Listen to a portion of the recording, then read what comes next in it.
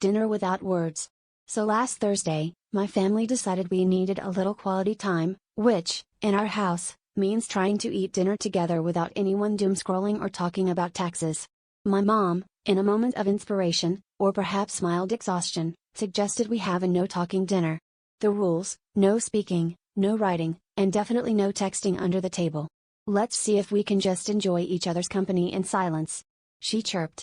I figured this was either going to be the most peaceful meal of my life or the moment my dad tried to quietly communicate that he'd like more mashed potatoes by just staring at me until I caved. The first 10 minutes went about as well as you'd expect, a lot of exaggerated eyebrow raises, wild hand gestures, and my little brother attempting to mime the entirety of The Lion King to ask for the salt. My dad tried to pass the peace by interpretive dance, which somehow involved jazz hands and what I think was the moonwalk. My mom, never one to be outdone, interpreted her desire for more salad with what can only be described as a confused rain dance. Meanwhile, our dog, Biscuit, sat under the table, looking more and more intrigued by the second. By the time dessert rolled around, things had escalated. We'd all devolved into full-on interpretive dance battles to communicate even the simplest requests. Want some water? That's a pirouette followed by a dramatic collapse. Need the bread? That's a jazz square with a side of spirit fingers.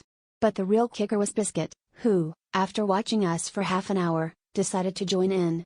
He started spinning in circles and pawing at the air, which my dad interpreted as a request for more treats. Next thing we knew, Biscuit was getting his own side of the table, a second helping of chicken, and, dear God, a tiny napkin tied around his neck. I'd like to say things returned to normal once we finished eating, but now every dinner at our house is a silent, sweaty Broadway audition, and Biscuit's the only one who's mastered the choreography. Last night, he won the right to sleep on the couch after he outdanced my brother for it, so I guess you could say the dog's got the upper paw when it comes to family arguments.